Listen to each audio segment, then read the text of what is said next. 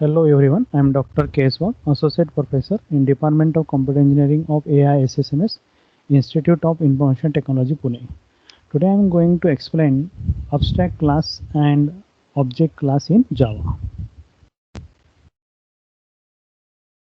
What is meant by data abstraction? Data abstraction is the process of hiding certain details and showing only essential information to the user. The mostly data abstraction we also call as hiding the implementation from the end user. The abstraction can be achieved with the either abstract class or interface in Java.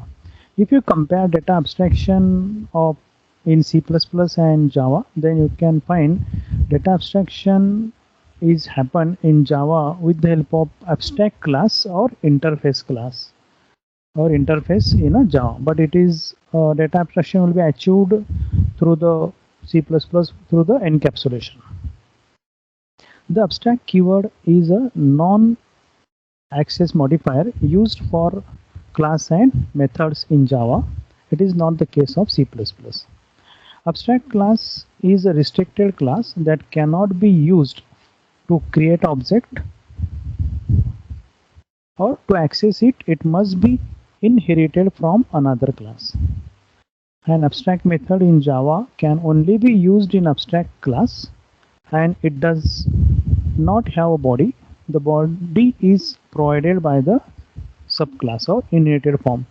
If you remember the C++ concept of abstract class, there we are writing the pure virtual function. Okay, so difference in abstract method in C++ and Java is here we are writing the abstract in front of method instead of pure.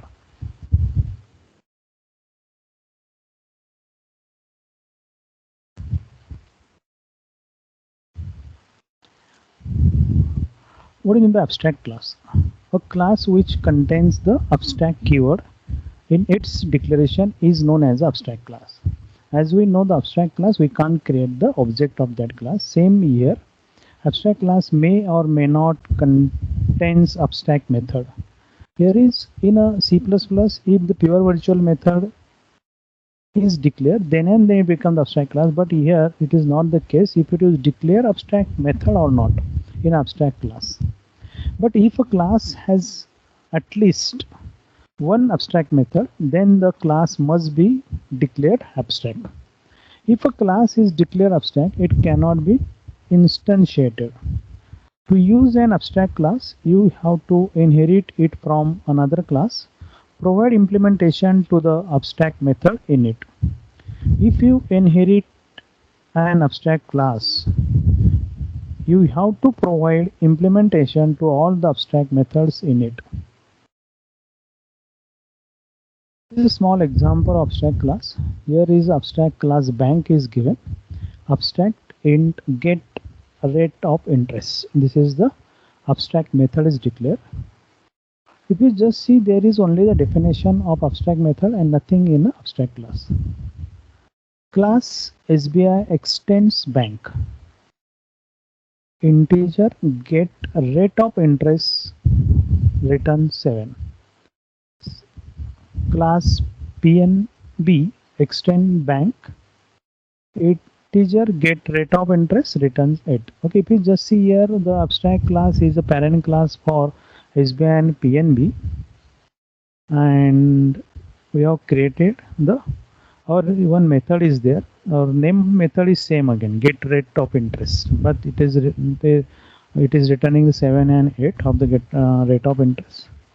For testing purpose, if you see the next code, class test bank public static void main string args bank B, we have created the object of parent class or abstract class bank B equal to new SBI. Okay, but we are not allocating the memory of that. We are allocating the memory for using the SBI.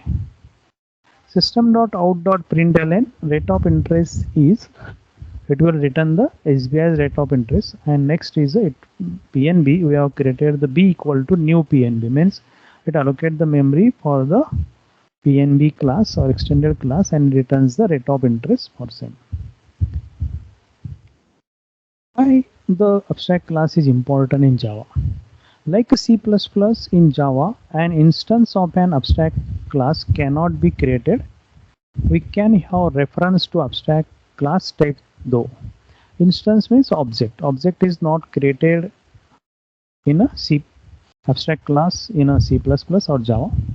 Like a C++, an abstract class can contain constructor in Java, and a constructor of abstract class is called when an instance of inherited class is created. In Java, we can have an abstract class without any abstract method, but that is not the case for the C++. There must be the pure virtual function. This allows us to create classes that cannot be instantiated but can only be inherited. Abstract classes can also have final method that cannot be overridden, as we learned in previous videos. For any abstract Java class, we are not allowed to create an object. That is, for abstract class, instantiated is not possible, or it is not possible to create the object. Similar to the interface, we can define static method in an abstract class that can be called independently without any object or without creating any instance of that class. What is the object class? As we know in a previous video, object class is a parent for all other classes in a Java by default. In other words, it is the topmost class of Java in class hierarchy. The object class is beneficial if you want to refer any object whose type you don't know. The most important here, the object class is present in java.lang package. Now the next few, maybe the coming videos, we are going to see the what is package and all this thing in details. At that time we see the how the object class is used. Every class in Java is directly or indirectly derived from an object class. If a class does not extend any other class, then it is directly child class of object class. And if extends other class, then it is indirectly derived from parent or derived from. Therefore, the object class method are available to all Java classes. Hence, object class act as the root of inheritance hierarchy and any Java program using object class method. There are few methods supported by the object class. We are going to see in a next slide. There is a one special class object defined by the Java. All other classes are subclasses of Java object class or Java object class. That is, object is a superclass of all other classes. This means that the reference variable of the object class can refer to an object of any other class. Also, since array are implemented as classes, a variable of type object can also refer to any object. Object class defines the following methods. Object clone. The purpose of this method is to create an object that is the same as the object being cloned. Then boolean equals object determine whether one object is equal to another or finding the equality of two objects. Void finalize called before an unused object is recycled or for the garbage collection. Class get class obtain the class of an object at runtime. Int hash code returns the hash code associated with the invoking object. Then void notify resumes execution of a thread waiting on the invoking object. Void notify all resume execution of all threads waiting on the invocation object.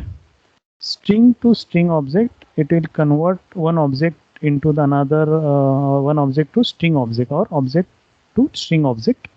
Returns a string that describes the object. Then wide wait, long millisecond, wide wait, long millisecond in nanosecond. We can add the delay in your program. Wait as another thread of execution. Thank you. Thank you. Happy learning.